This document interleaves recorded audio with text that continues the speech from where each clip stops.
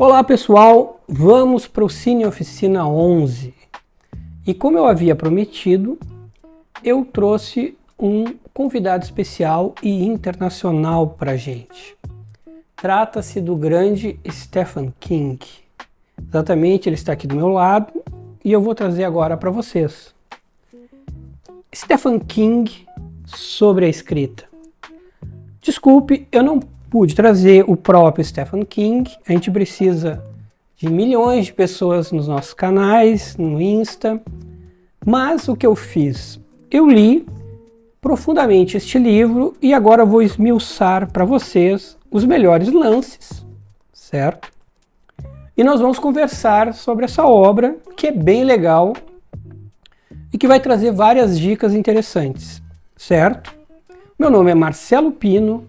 Eu tenho dezenas de comerciais premiados, eu tenho curtas criados e dirigidos e também premiados, e hoje nós vamos ao ataque e vamos destruir o cérebro de Stephen King. Esse é o tema do nosso episódio, certo?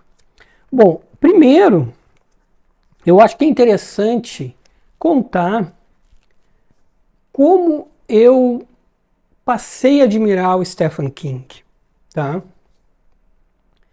primeiro lugar, eu não gosto de terror, nem do estilo de suspense que ele trabalha, certo? Por quê? Eu vou usar um termo meio chulo, tá? Mas às vezes a gente tem que usar um termo chulo, tá?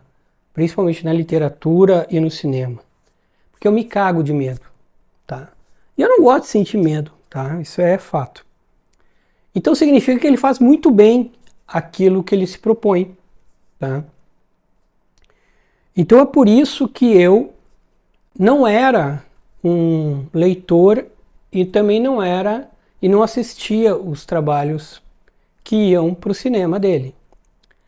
Mas lembra que eu sempre digo que a gente tem que ler com diversidade? Então, um dia eu comprei este livro aqui, ó, tá?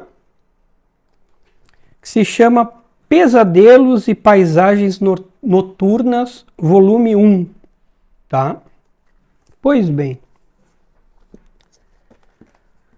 E li esse livro. Aí vocês podem perguntar assim, então tu te apaixonou pelo estilo dele? Não. O livro é muito bom. Ele escreve muito bem. Mas eu me apaixonei pela introdução desse livro.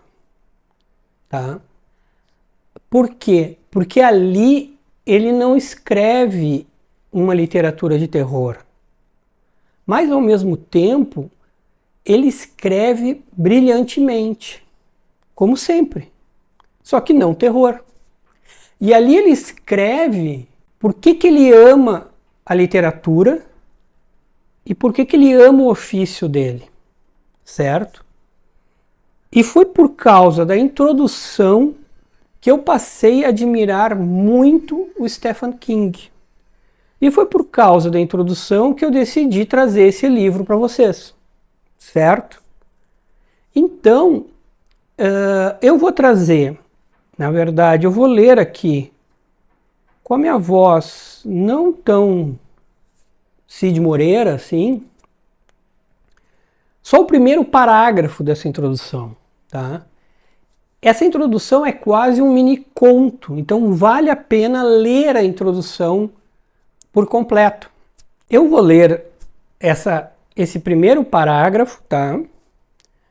Mas lembrem, é uma introdução relativamente, eu ia dizer grande, mas é uma relativamente média, tá? E imperdível. Busquem o link e leiam ela na íntegra, certo? Mas o primeiro parágrafo diz assim: quando eu era garoto, acreditava em tudo que me diziam, em tudo que lia e em todas as mensagens recebidas de minha própria imaginação, extremamente fértil. Isso me causou muitas noites sem dormir, mas também encheu o mundo em que vivia de cores e texturas que não trocaria por toda uma existência de noites tranquilas.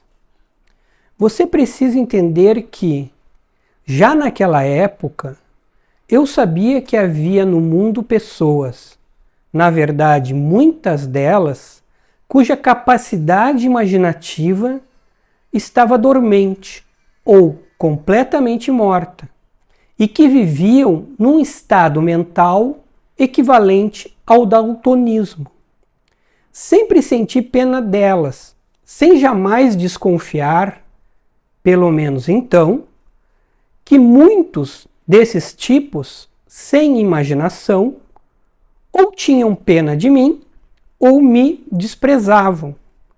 Não apenas porque eu padecia de inúmeros medos irracionais, como porque era profunda e ilimitadamente crédulo a respeito de quase qualquer assunto. Aí está um menino, muitos deles devem ter pensado, sei que minha mãe pensava assim, que comprará a ponte do Brooklyn não só uma vez, mas repetidamente pelo resto da vida. Essa é a brilhante introdução do Stephen King. É interessante porque depois, num episódio futuro, eu vou falar sobre o livro que o Vargas Llosa escreveu sobre o ato de escrever. E ele fala que o escritor, ele nasce do jovem que fantasia novos mundos. Que é exatamente isso que está acontecendo aqui. Ele é um jovem que cria novos mundos diferentes daquele que ele vive. É interessante essa conexão, né? A gente vai ver isso quando a gente falar de Vargas Llosa, do livro que ele escreveu sobre a escrita. Mas então, assim, não deixem de buscar esse link, tá? Porque é maravilhosa essa introdução, tá? E é a partir dela que eu começo a admirar Stephen King, tá? Eu continuo não vendo os filmes, nem lendo os livros dele, mas eu admiro o talento que ele tem, certo? E por isso que eu trago esse livro, tá? Eu muitas vezes vou ter que pegar minha colinha, porque tem muita citação do livro. E eu preciso trazer como ele coloca, tá? Para ser fidedigno com o autor, ok? Então peguem seus talheres e vamos ao Stephen King. Primeiro é importante contextualizar como ele escreve esse livro, tá? Ele escreve esse livro logo após sofrer um grave acidente e ele fala desse acidente no livro, tá? Ele foi atropelado, se eu não me engano, por um furgão, alguma coisa assim, e ele levou para se recuperar muito tempo. E durante essa recuperação ele escreve esse livro, tá? Então deve ter sido num período muito complexo para ele. E a gente deve avaliar isso também. Ao mesmo tempo, eu quero que vocês entendam uma coisa. Ele vai colocar questões, tá, que muitas vezes serão conflitantes com coisas que a gente já viu aqui no Cine Oficina. Ele vai dar orientações conflitantes, opiniões divergentes. O que significa? Ah, o Marcelo mudou de opinião. O Marcelo não se define. Não, não é isso. O que acontece? E isso eu já até pautei para vocês. Eu vou trazer diversos caminhos de pessoas com talento e que são vencedoras, ok? E vocês vão escolher os caminhos adequados ao estilo de vocês. Não significa que eu mudei de opinião, não significa que eu não sei qual é o estilo que eu gosto, mas não interessa o estilo, a forma que eu crio, interessa que eu tenho que trazer uma diversidade de opiniões de pessoas relevantes para vocês determinarem o que é melhor para vocês. Aqui não há uma doutrinação. É importante entender que no livro ele fala o caminho que deu certo para ele, correto? Eu, na minha função de, entre aspas, orientador, eu não posso fazer isso. Eu tenho que trazer diversos caminhos, certo? E é isso que a gente vai ver. A gente vai ver o caminho que deu certo para o Stephen King, a partir da história de vida dele. Por quê? Porque é uma coisa importante que eu coloco aqui. Escrever é autoral e o processo é autoral. Então, a gente vai ter que cada um buscar o seu processo, entendendo aquilo que eu já trouxe até aqui, o que o Stephen King está falando, o que o Vargas Llosa está falando, respeitando as regras já estabelecidas e que os grandes escritores, roteiristas respeitam porque sabem que é o caminho certo, e quebrando as regras da forma que é possível quebrar, certo? Então, estamos entendidos? Vamos lá tirar as nossas próprias conclusões. No início surge a famosa ideia de onde tiramos, surge a famosa pergunta, perdão, de onde tiramos as ideias. E ele diz, nós não sabemos, nós escritores não sabemos. Bom, a gente não se preocupa de onde a gente tira, mas a gente já discutiu profundamente o processo criativo. Então, não nos interessa de onde a gente tira, nos interessa saber que existe um processo para se produzir grandes ideias. Da onde elas vêm? Não interessa. Mas se a gente sabe o processo, vamos produzi-las, correto? Ele não sabe de onde vem, tá? Ele tem... O Stephen King é interessante e eu gosto disso nele. Ele é muito coração, tá? E ele tem uma visão romântica do ato de escrever, tá? E eu acho legal isso nele. Eu também sou um pouco coração, mas não tanto quanto ele, e eu não tenho uma visão tão romântica, tá? Ele é bem mais do que eu.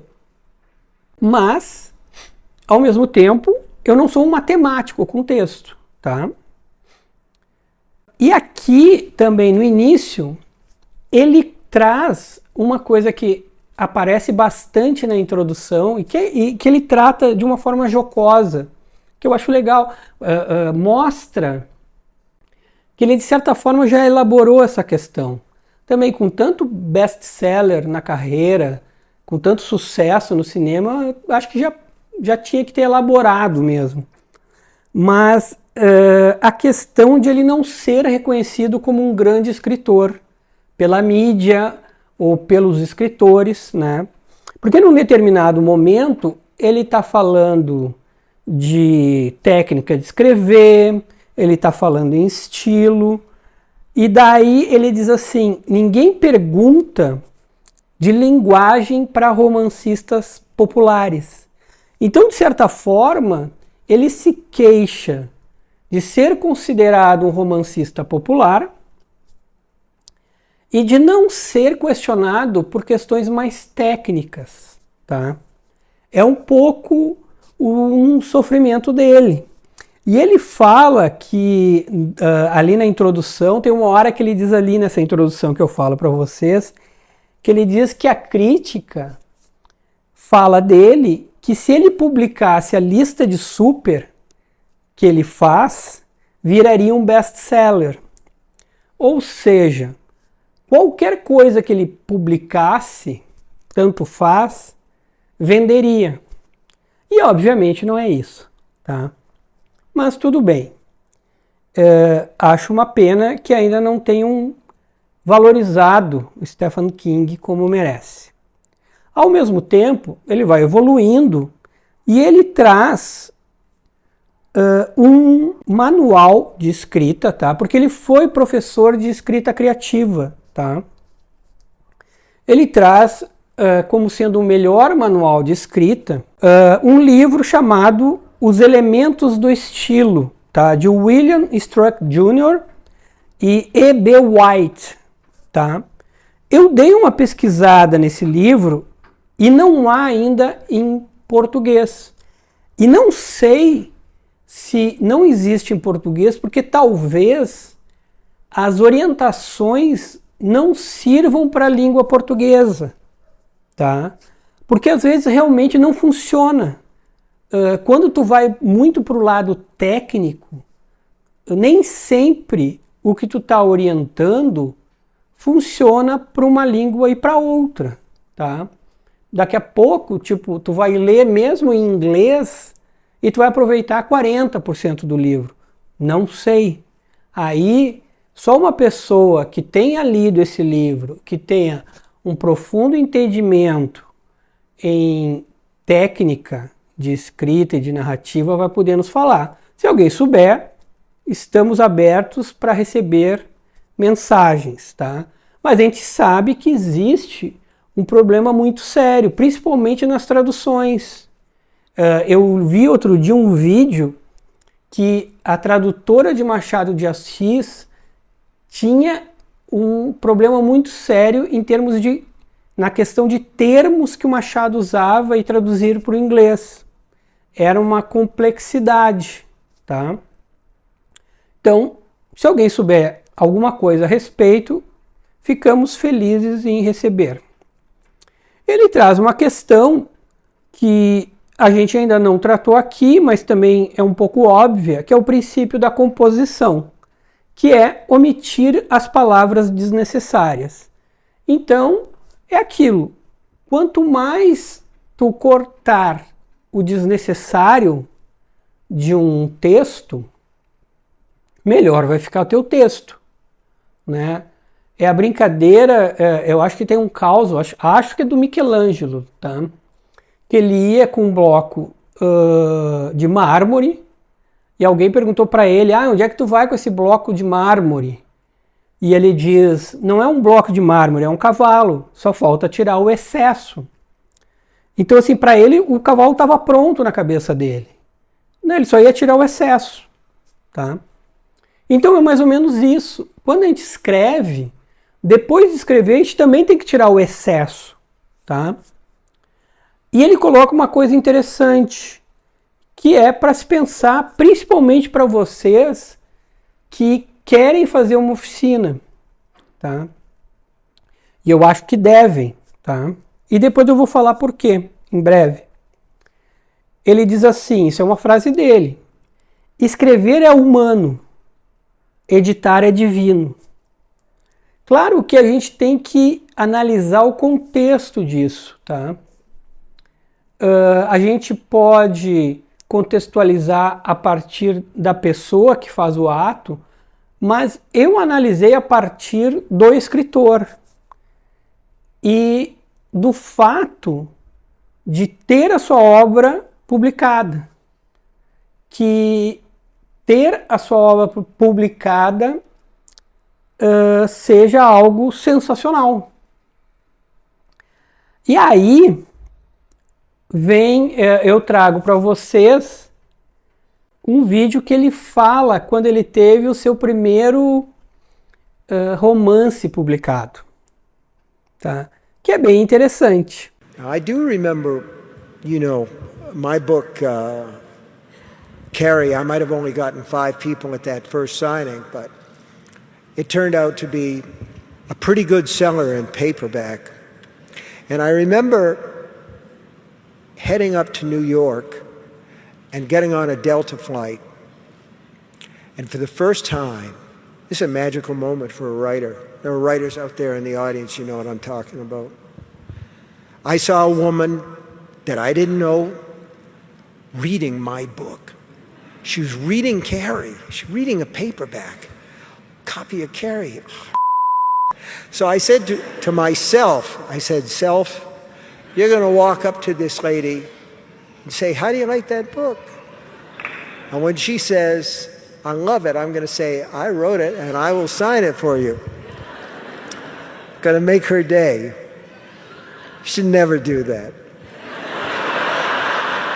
You should never do that. So I walked up to the lady and I said, how do you like that book? And she said, I think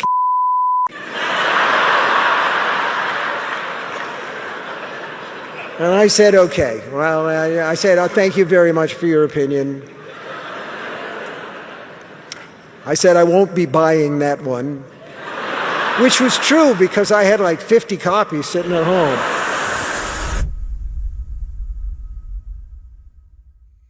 Bom, vocês viram que a vida de escritor que está começando não é muito fácil.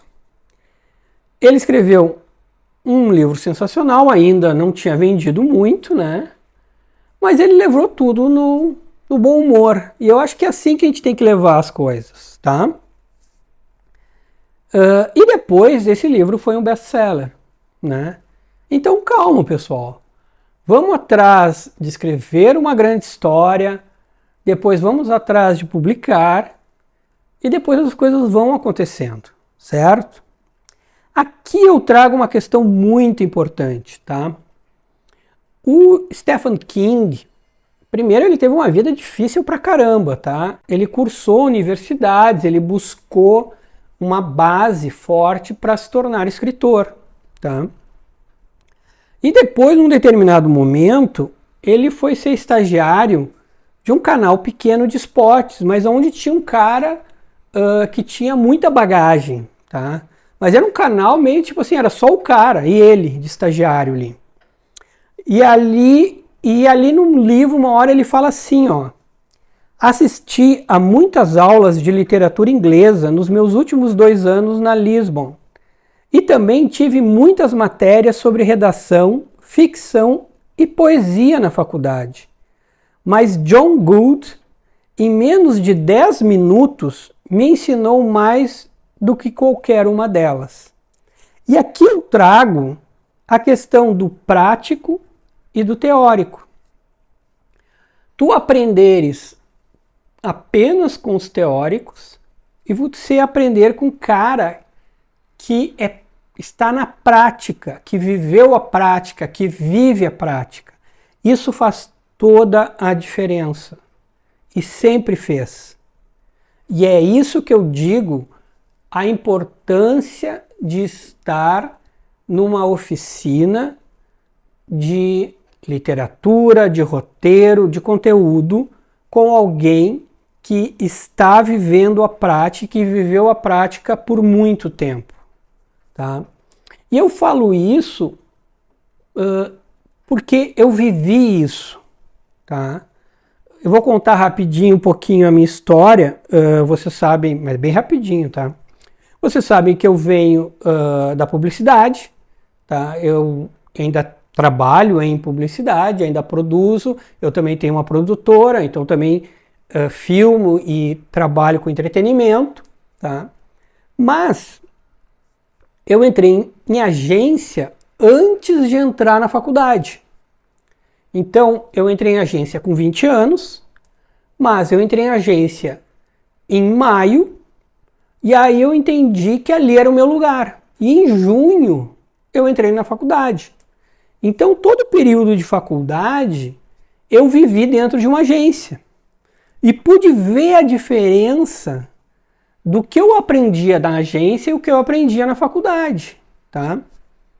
E logo eu vi que, teoricamente, eu não precisava da faculdade que eu estava tendo. Eu não estou dizendo que eu não precisaria de nenhuma faculdade, porque eu não cursei todas. Eu tive uma faculdade ali para fazer essa referência, tá? Mas eu tinha para mim que eu queria ter um curso superior e me formei. Porém, era nítida a diferença de aprendizado, ok? Então, o que eu quero dizer? Façam faculdade, mas busquem o aprendizado com pessoas que estão na prática. Por quê? Porque o teu aprendizado vai ser todo diferente. Tu vai ter uma dinâmica muito maior, uma agilidade maior de produção, uma visão diferente. E aqui está a prova. Pensem nisso. E sem falar que a tua carreira vai ser outra, certo? Eu nem comento a carreira dos meus colegas aqui. Acredito que nenhum teve uma carreira similar à minha, certo? Então pensem nisso, tá? Então eu digo assim, tem um amigo meu que diz assim, sejamos francos entre nós lobos. Então eu desconfio um pouco daquele educador que tem uma carreira meramente teórica ou tem uma carreira que teve a prática há 5, há 10 anos atrás. Por quê? Porque principalmente no nosso meio as coisas mudam muito rápido. Ah, Marcelo, mas tu diz que a gente está estudando a poética de Aristóteles. Sim, mas mesmo assim, para que tu empregues a poética de Aristóteles nos dias de hoje, é diferente do que empregar a poética de Aristóteles nos anos 2000, que a web estava gatinhando, nos anos 2010, que a web estava de um jeito e a própria TV estava de outro jeito. Hoje, a web está praticamente em segundo lugar, brigando com a TV fechada. Ela já brigando com a TV aberta, melhor dizendo, desculpe. A web está brigando com a TV aberta. Já passou a TV fechada. É óbvio que um profissional que não está na prática não vai saber disso. Ou pode saber e não vai entender o que isso significa na prática. Então, e tu que está criando, tu tem que saber disso.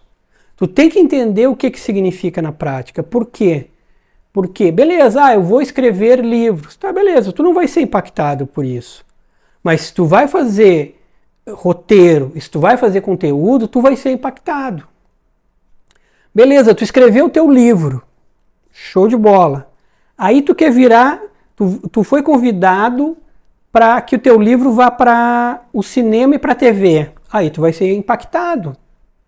E tu sabe como agir? Bom, seria interessante que tu soubesse. Então, como tu pode ser orientado a isso? Ou tu vai quebrar a cara lá na frente? É melhor não. Então, essas questões são importantes e tu acaba tendo um aprendizado muito maior se tu tem alguém que está vivendo a prática todos os dias, ao mesmo tempo que tem a base teórica internalizada. É isso que eu sempre busquei. Vou dar outro exemplo. Meu professor de bateria, ele era, além de tocar de forma excelente, ele, além de tocar na noite, ele era percussionista da OSPA. Então, assim, ele vivia o tempo todo aquilo que eu precisava, que era o instrumento dele, mas ao mesmo tempo ele tinha uma base de teoria, de leitura de partitura absurda. Por quê? Porque ninguém entra numa orquestra sinfônica, a OSPA é a Orquestra Sinfônica de Porto Alegre, tá, pessoal? Então ninguém entra numa orquestra sinfônica sem ter um grande conhecimento de partitura, de música clássica, etc. Mas, ao mesmo tempo, ele era um músico da noite. Então, ele tinha metodologia, ele tinha conhecimento da técnica, ele tinha o conhecimento da partitura. Então, é aquilo que eu te falei. Eu busquei o cara que tinha as duas coisas, a teoria e a prática. Busquem isso. Vamos lá. Temos curiosidades. Uma coisa que aparece com constância são que escritores, talvez escritoras, eu estou devendo escritoras para vocês, concordo, tá? Vou buscar para trabalhar isso também, mas escritores muitas vezes têm uma esposa absurdamente atuante ao lado dele, não atrás, ao lado, tá? E o Stephen King é um deles, tá? Por quê? Porque a Carrie, a estranha, que é o seu primeiro grande sucesso e seu primeiro romance, foi salva pela esposa do lixo.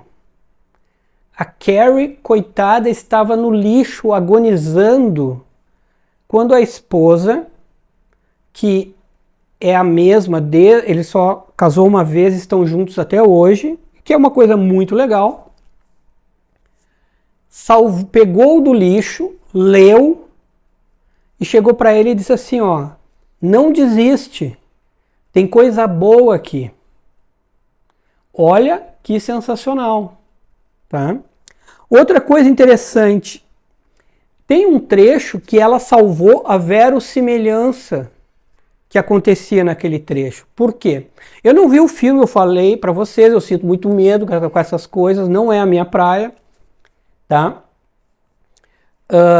E aí, tem um momento, aparentemente, tá? Vocês que viram vão saber melhor, que a menina, ou mais de uma menina, sai pelo corredor da escola com as saias manchadas de sangue, tá? E tem alguma relação com menstruação, tá? Parece que a menina não tinha dinheiro para comprar o absorvente, tá?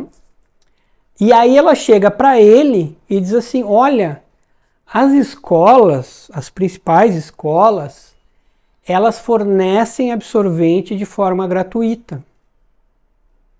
E aí parece que ele teve que mudar, então nem sei se essa cena entrou, tá? Mas ela chega para ele e dá essa informação. Então, assim, isso ele conta no livro, tá? Então é interessante isso. Lembram que eu comentei que o escritor, ele, antes de tudo, é um pensador? Então, por que eu trago essas questões, tá? Porque é importante vocês entenderem que quando há conexão com coisas que eu disse e coisas que grandes escritores afirmam, significa que a gente está no caminho certo, tá? Então, o que diz o Stephen King? A escrita é o pensamento refinado, correto? Então, ele está dizendo que para a escrita ser o pensamento refinado, o escritor tem que ser um pensador. E aí ele depura e ele entrega um pensamento elevado, correto? Então estamos no caminho certo. E ele continua, a língua nem sempre usa gravata e sapato social. O que ele quer dizer com isso? O objetivo da ficção não é correção gramatical, mas fazer o leitor se sentir à vontade e depois contar uma história, fazer com que ele esqueça sempre que possível que está lendo uma história. E aqui também vai existir conexão do Stephen King e do Vargas Llosa, que os dois dizem, a pessoa não pode ler a história, a pessoa precisa viver a história. Então lembrem, não contem a história, façam com que a pessoa viva essa história, tá? E ele traz uma frase que eu achei também muito boa, que é, escrever é seduzir. E eu acho muito verdadeiro isso, né? É uma definição extremamente sensual, verdadeira, e eu acho que sim, acho que o escritor o tempo todo está seduzindo o seu leitor, tá? Independente do estilo. Veja, ele é um escritor de terror, e ele está falando em sedução. Muito interessante isso. Ele diz que as pessoas devem ler muito. E por que ele diz isso, tá? A boa escrita, por sua vez, ensina ao escritor aprendiz sobre estilo, narração elegante, desenvolvimento de enredo e criação de personagens críveis. Também sobre como dizer a verdade. Acho que duas coisas importantes aqui eu quero ressaltar. Personagens críveis. Então, a gente já falou muito sobre construção de personagens. E quando ele fala em personagens críveis, faz parte da produção do personagem, então tu tem que acreditar nesse personagem. Então a gente fala muito de produção de personagens ricos, psicologicamente complexos, mas eles têm que ser críveis. E falar da verdade, tá? Isso vai aparecer muito aqui e vai aparecer muito em Vargas Llosa, tá? E o que é essa verdade, tá? Que a gente já falou várias vezes. E o Vargas Llosa, ele consegue explicar muito bem isso, tá? Mas é aquilo que a gente sempre diz. Tu parte da tua verdade, mas transforma ela em ficção. É isso que a gente fala em verdade. Não é contar a tua história. Isso é errado. É partir daquilo que tu viveu, daquilo que tu entende, daquilo que tu domina, para transformar isso em ficção. Mas tem que ser ficção. E aí ele fala que é uma coisa interessante, que é o beijo da morte do escritor. Qual seria esse beijo da morte? E ele diz: quando escrever começa a parecer trabalho, isso é o beijo da morte do escritor. Por que a gente fala tanto em processo criativo? Por que eu falo tanto em como trabalhar os gatilhos? Como trabalhar a forma de fluir o teu texto depois que tu desenvolveu a tua trama? Exatamente isso. Para que nunca chegue o momento em que escrever pareça trabalho. E aí se torna o beijo da morte. Então, quando a gente se aprofunda em processo criativo, exatamente para isso. Quando a gente diz que escrever tem que ser um prazer, e num determinado momento, mais para frente, eu vou ter que contar a verdade para vocês. Quando a gente chegar em Vargas Llosa, a gente vai falar em remexer os nossos demônios. Então, ao mesmo tempo que vai ser um prazer, vai ser uma dor. Não o ato de escrever, mas os temas que muitas vezes a gente vai buscar. Então é meio, como é que eu vou dizer, conflitante isso. Mas o ato de escrever não deveria ser um sofrimento, certo? E muito menos um trabalho. E aqui a gente entra, eu vou mostrar um vídeo para vocês, num tema que é a violência, tá? E que está diretamente ligado ao estilo do Stephen King. E ele trabalha com um estilo que é desafiador, porque tu trabalhar com terror e com a violência, tu tá trabalhando ali no fio da navalha, né? Ainda mais numa sociedade como a nossa. E vocês vão ver por que nesse vídeo. All of your books are still in print except one, correct? Yeah. Yeah. And that's Rage. That book is Rage, yeah. And that's not in print. Why? Well, it's not in print because it was a novel about a kid who goes to school one day and shoots his algebra teacher and holds his class hostage with a gun. And he's got this whole backstory about his abusive father and a lot of teenage angst and a lot of problems. And when I wrote it, I started it when I was in high school, and I finished it when I was in college. And I published it under the Bachman pen name, and it didn't garner a lot of attention. It was certainly never a bestseller. But it was found in the effects of several different kids, well, I won't say several, but two at least kids who were involved with school shootings. One of them, thank God, nobody was hurt or killed. The kid just surrendered. But with the other one, there were deaths and there were injuries, and that was enough for me. Vejam, o escritor nunca quer que a violência do seu livro, da sua ficção, saia para a vida real. O único livro que ele teve que tirar de circulação foi esse que ficou conectado a alguns casos de violência na vida real. Tá? Obviamente ele não tem culpa nenhuma. Tá?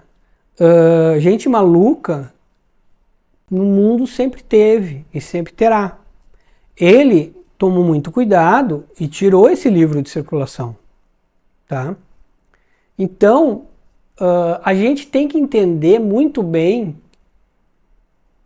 para quem a gente está escrevendo, quem a gente vai impactar. Tá? Principalmente quando se trata de temas difíceis, como violência, suicídio, etc. Tá? Eu nunca vou dizer, e acho que nenhum criativo deva dizer, que a gente não deve tratar com esses assuntos. Deve. Porque negar esses assuntos, é não trabalhar internamente o tema. Isso não resolve a questão. Mas a gente tem que saber como trabalhar. Certo? E aí, agora, a gente vai para uma outra questão em relação à violência. Uma coisa é a violência concreta, que a gente falou aqui. E ele pegou e tirou o livro dele de circulação. Outra coisa é a violência na ficção. E aqui a gente tem 2 pontos importantes. Um ponto é que no livro dos roteiristas, lá que eu trago 1000 vezes, para vocês verem como aquele livro é legal. Tá? Tem um dos roteiristas, tá, que comenta assim, ó, que tu tem que entender a dose de violência a usar. Então tu tem que entender no livro e tu tem que entender no filme. Por quê? Porque se tu passar do ponto, pode acontecer 2 coisas. Ou tu vai distanciar o teu leitor e teu espectador. Então se tu exagerar, tu vai distanciar o teu leitor e o teu espectador. E daí tu vai quebrar a tua relação com ele. Ou tu vai passar informações que não são interessantes para a tua trama e para a tua narrativa. Então é muito importante tu entender a dose de violência que tu vai usar. Isso é muito interessante. A outra coisa que ele traz, e que é legal porque ela vai ser uma das exceções de uma regra muito forte na literatura e no cinema, que depois eu vou trazer aqui, que tanto Stephen King como Vargas Llosa falam, que é relativo à violência. Muitas vezes, não só violência, violência e suspense, tá? Muitas vezes, ao invés de contar ou mostrar, é melhor sugerir. Isso causa um impacto maior do que ser explícito. Então lembrem disso. Quando vocês quiserem trabalhar com violência e suspense, a sugestão pode ser um bom caminho. Melhor que uma narrativa explícita, que uma cena explícita. Isso foi, para mim, foi uma excelente dica, tá? E agora nós vamos ao processo de trabalho do Stephen King. Lembrando, eu não estou indicando esse processo. Esse é o processo que deu certo para ele. O que eu acho legal? Se vocês pensarem que é interessante, talvez seja interessante também testar e talvez adequar a algo similar. Se vocês pensam que não tem nada a ver, não façam. Mas vamos ver o que ele indica, tá? Primeira coisa, tá? Ele diz que a pessoa deve escrever de porta fechada. Por quê? Porque assim mostra a si e ao mundo que é sério o que está fazendo. Por exemplo, vou fazer um contraponto aqui, tá? Eu escrevo em cafés, tá? E considero sério o que eu faço. Então é uma questão muito pessoal, tá? Eu reviso sozinho, solitário, em casa, mas escrevo em cafés. E não deixo de achar que aquilo é sério, tá? Mas ele acha que, no ponto de vista dele, a pessoa deve montar um lugar para ela. Ele tinha um galpão na casa dele. Então ele montou um lugar legal para ele, fechou a porta e escreveu. Outra coisa que eu acho extremamente determinista, tá? Mas é ele, tá? Ele diz assim, ó, que tu tem que escrever 1000 palavras por dia. Ele escreve todos os dias, tá? Não tem um dia na vida que ele não escreva, tá? E ele diz assim, que tu tem que começar escrevendo 1000 palavras por dia, tá? E depois passar para 2000 palavras por dia. Ele escreve no mínimo 4000 palavras por dia. Então esse é o método dele, tá? Se vocês acharem legal, vai embora. Se vocês acharem, bah, eu acho muito forçado, muita regra para mim, não. Quando ele fala do tema, olha que interessante. Uma coisa que a gente já tratou aqui e que fecha, tá?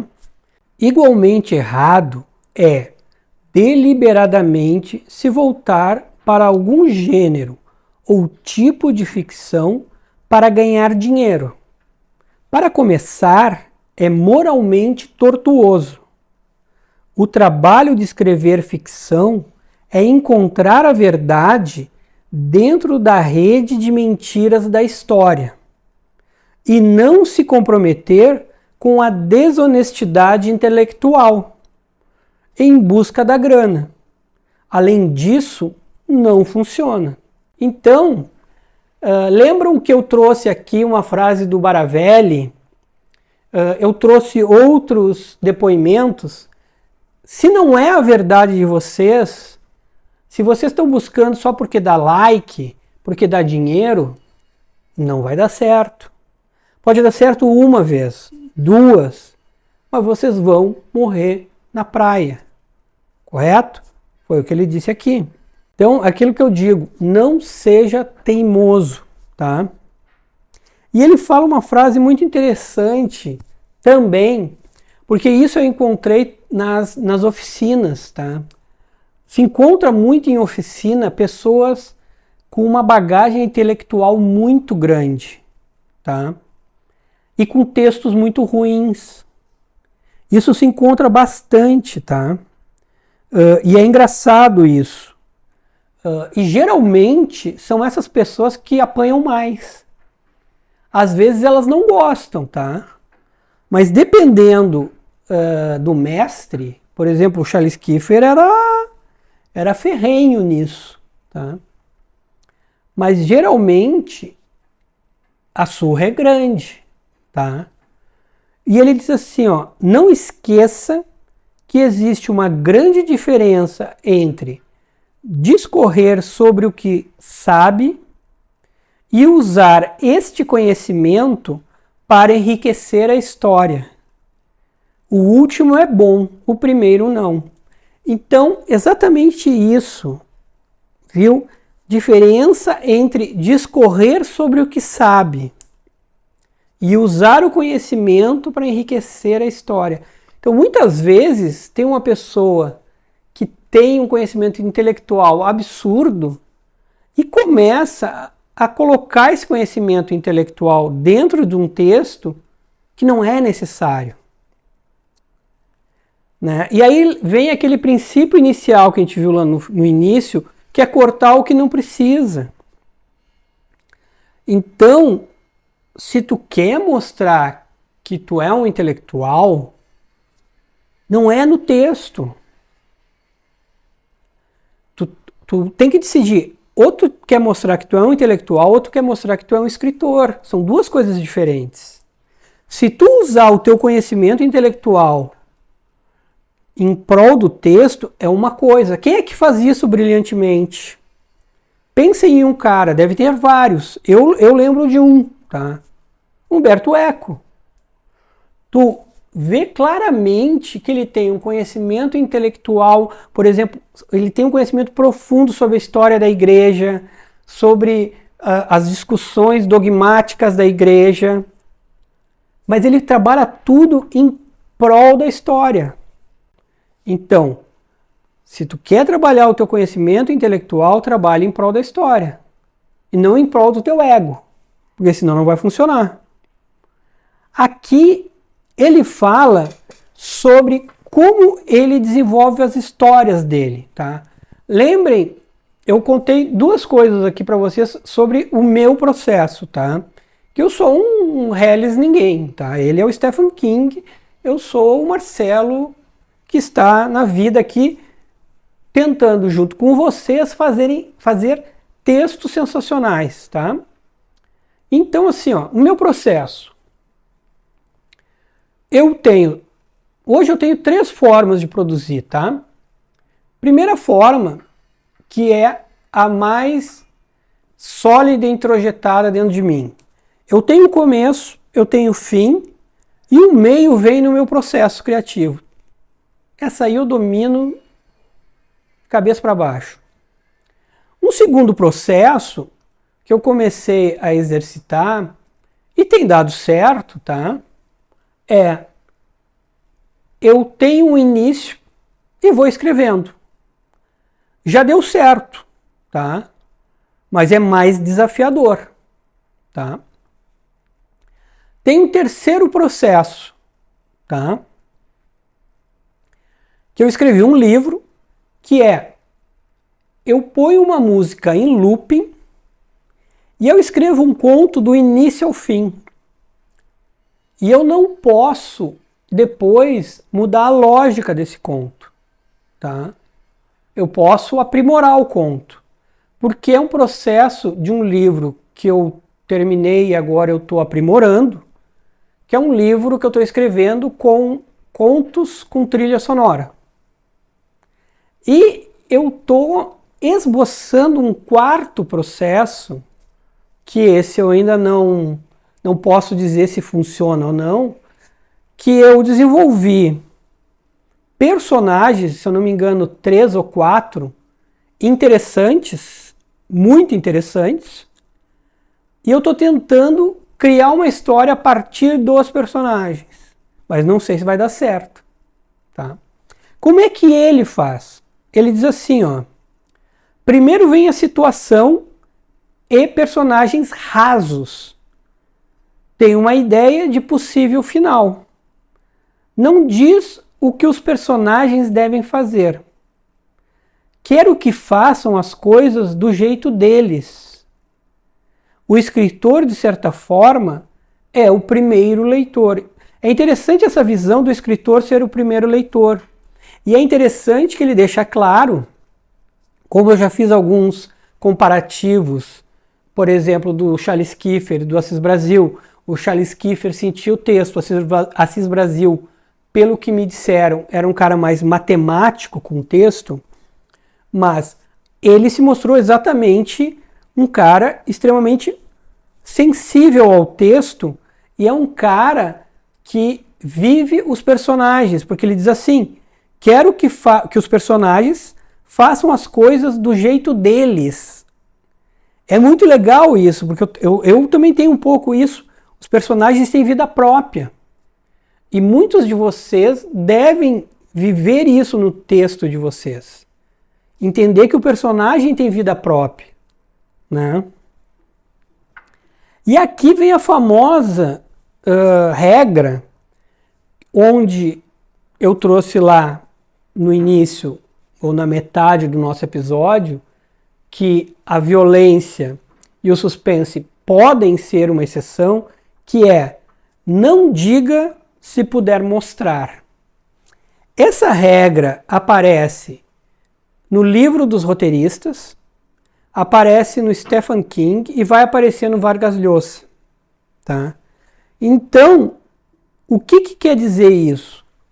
Ah, eu vou contar uma história e daí eu vou dizer assim, o Pedrinho acordou, ele está triste, ele está deprimido. Não, não fala isso. Mostre que o Pedrinho está deprimido com ações, com a forma de vestir. Demonstre que o Pedrinho está deprimido. Não fale. Então tu vai mostrar isso. Tu vai mostrar no texto, tu vai mostrar no teu roteiro. Porque senão tu enfraquece a tua obra. Tá? E as exceções são aquelas que eu falei. Porque, ao mesmo tempo, tu não está dizendo. Sugerir não é dizer. Entendeu? Tem uma coisa também, que a gente já falou há pouco, que é o escritor. Você não pode ser escritor sem querer ser sincero. Mais uma vez, a verdade volta como tema. E aquilo que eu digo, aqui ele vai falar da sinceridade quando tu fores trabalhar o personagem, tá? Que é o que a gente vai falar aqui mais adiante. Quando a gente for falar, quando eu trouxer aqui o Vargas Llosa, tá? Eu tenho convidados sensacionais sempre, tá? A gente vai falar da sinceridade em remexer os nossos demônios.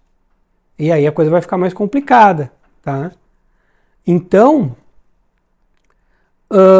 quando a gente fala em construção de personagem, a gente tem que ser sincero na construção do personagem, certo? E aí ele traz uma outra coisa, que bate de novo com aquilo que eu conversei com vocês. Lembrem que eu falei de observar, que o escritor é um observador compulsivo. O que é que ele diz? Prestar atenção ao comportamento das pessoas reais à sua volta e dizer a verdade sobre o que vê. Prestar atenção ao comportamento das pessoas reais à sua volta. Eu falei para vocês observarem. O que eu dizia? Eu dava uma ordem cronológica. Observar, pensar, deduzir, conectar e escrever. Né? E ele diz, as melhores histórias sempre são sobre pessoas e não sobre acontecimentos. Geralmente o histórico é sobre acontecimentos. Né? Não trabalhe com personagens unidimensionais. É coisa de ficção popular. Ó. Sem personagens unidimensionais. Lembrem do mantra, personagens multifacetados, tá? E ele faz uma metáfora interessante.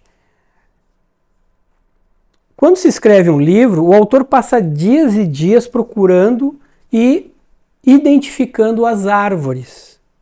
Quando acaba, é preciso dar um passo atrás e contemplar a floresta. Legal isso. E aí ele explica o que é esse contemplar a floresta na continuação do seu processo criativo, tá? O que ele diz? Depois que tu escreveu, tá? Tu deve fazer, na opinião dele, 2 revisões e mais um polimento, tá? Então lá, a primeira versão deve ser escrita sem a ajuda de ninguém. E ele faz uma metáfora bonita. Ele diz assim, a história é um campo cheio de neve recém-caída do céu, sem qualquer pegada além da sua. Aí tu precisa dar um tempo naquilo que tu escreveu de 6 semanas. Isso eu estou fazendo, tá? Nesse tempo de 6 semanas, tá? Para não dizer que eu não estou fazendo. Na verdade, esse livro funcionou para muitas coisas, tá? Eu estou reescrevendo alguns contos meus em cima de algumas coisas que ele falou, tá?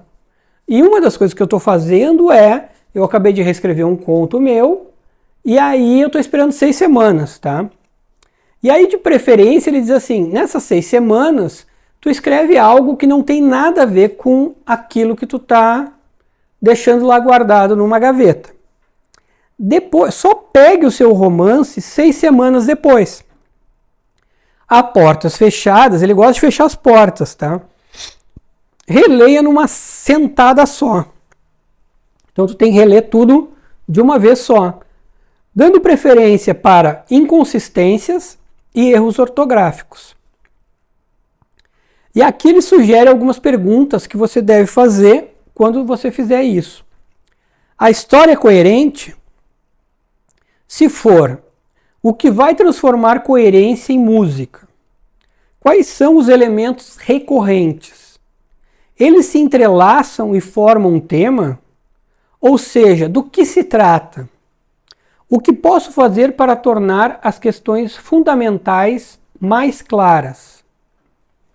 Então, aqui tem um processo interessante para tu rever o teu trabalho, tá? Esse processo aqui eu acho interessante que ele faz, tá? Depois ele vai para um outro olhar sobre os trabalhos, tá? Que ele diz assim, todo romance, na verdade, é uma carta endereçada a uma pessoa, tá? Aqui é uma ideia muito pessoal, porque ele trabalha um conceito do leitor ideal, tá? Eu até vou trazer uma visão de um roteirista também. Então ele considera que todo romance que ele vai escrever, ele pensa numa pessoa. Ah, esse romance tem a cara da fulana, tem a cara do Beltrano, tá? Então esse seria o leitor ideal daquele trabalho que ele está fazendo, tá?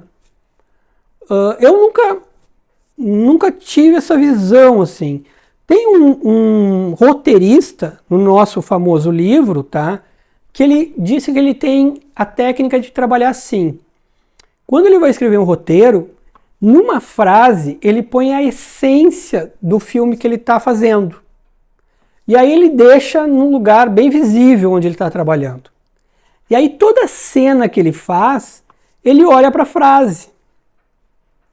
Se aquela cena não contribui para a essência que ele escreveu, ele corta, tá? Olha, eu tenho uma visão que não é nenhuma das duas, tá? Eu tenho uma visão muito mais de sistema e voltada para a trama e para o personagem. Eu penso, tá? Eu acho que a minha maneira de ver, ela está muito mais dentro da trama e dos personagens, enquanto eles deixam um olhinho fora ali, tá? Que é para esse leitor e para aquela frase. É de cada um, tá? Não tem certo, não tem errado, tá? Aí ele vem para um outro momento que eu acho que é interessante, que depois que tu fez tudo aquilo lá que ele falou, das 6 semanas, etc, etc, tu tem que mostrar para um petit comité. Então tu vai selecionar pessoas que tu confia, pessoas que tu considera que tem bom gosto, tá? E aí ele tem uma regra para isso. Ele diz assim, ó, ao mostrar para o petit comité, no beisebol, o empate é do visitante. Entre romancistas, é do escritor. Em relação ao final, acontece o mesmo. Então, assim, tu tem 6 pessoas, 3 gostaram, 3 não gostaram, então o empate é para ti. Então, teu romance é bom. 3 gostaram do final, 3 não gostaram, ó, o final é bom. É a regra do beisebol, tá? Não esqueçam isso. E ele faz um comentário do Salinger. Para quem não sabe, o Salinger é o cara que escreveu esse livro, tá? O Apanhador no Campo de Centeio. O Salinger escreveu esse livro. Esse livro, o meu é a 10ª edição aqui no Brasil, tá? E ficou mega famoso e depois nunca mais escreveu outra coisa. Mas ele virou o cara, tá? E ele diz, tá, que, inclusive eu tenho um documentário sobre o Salinger, eu quero ver esse documentário de novo. Se tiver coisas interessantes eu vou trazer para vocês, tá? Mas eu tenho que ver antes, tá? Mas o que ele diz do Salinger? Ele conta que reza uma lenda que o Salinger escreveu vários livros e guardou num cofre. Cara, olha que legal isso. Não sei se um dia vai aparecer os livros do cofre do Salinger, tá? Mas é uma teoria da conspiração maravilhosa, tá? E vamos ver, nesse documentário os caras foram atrás do Salinger, tá? E tem algumas cenas dele, mas assim, de longe, o cara entrando em casa, ninguém chega perto do Salinger, tá? Ele é um cara super escondido, não quer... Parece o Rubem Fonseca aqui no Brasil também, tá? E então, assim, tô louco para ver. E eu me lembro até, infelizmente, eu não achei onde eu anotei essa frase, tá? Mas foi na Folha de São Paulo, eu também não tenho a menor ideia de quem escreveu, mas o cara fez uma relação muito legal sobre o apanhador no campo de centeio, porque ele fez uma relação com a homeopatia. Porque a homeopatia tem uma questão, vocês me ajudem, pelo amor de Deus, tá? Que é uma questão de essência, que quanto mais tu chega no diminuto da essência, mais forte fica o bem que ela faz, digamos assim, tá? Eu não sou tão bom em homeopatia, tá? Então, o cara fez essa relação no sentido que, ao escrever um livro só, quanto mais o livro do Salinger vai se diluindo ao tempo, né? Ou no tempo, mais importante ele fica. Eu achei sensacional essa analogia do cara, tá? Mas temos o Salinger aí com o livro Homeopatia, digamos assim. E livros no cofre, tá? Para finalizar esse episódio, que está, suponho, gigantesco, mas acho que está muito rico, tá? O nosso maravilhoso Stephen King, ele termina com lindas frases, tá? Ele escreve assim: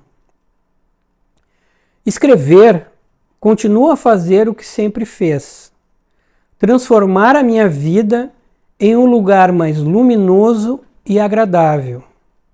Escrever é mágico, é a água da vida como outra arte criativa. A água é de graça, então beba até ficar saciado. Cara, o cara é bom mesmo, hein? Então o que eu quero dizer? Aqui eu trouxe muita coisa legal, tá? Tem muita coisa importante, tem a visão dele, algumas coisas eu concordo, outras coisas não são o meu estilo, tá? Mas eu não tenho que concordar. Vocês têm que ver se é legal para vocês ou não, tá? Acho que seria legal quem se interessar ler o livro, porque tem muito mais coisa, tá? Testem o método King, quem achar interessante. Podem adequar o que acharem legal para vocês. Quem achar que não tem nada a ver, não testa, tá? E o cara é muito bom. Não deixem de ler a introdução, aquela que eu comentei, tá? E no próximo episódio a gente vai ter a ficção se confundindo com a realidade, tá? Mas de uma maneira legal, sem violência. Conto com vocês, tá bom?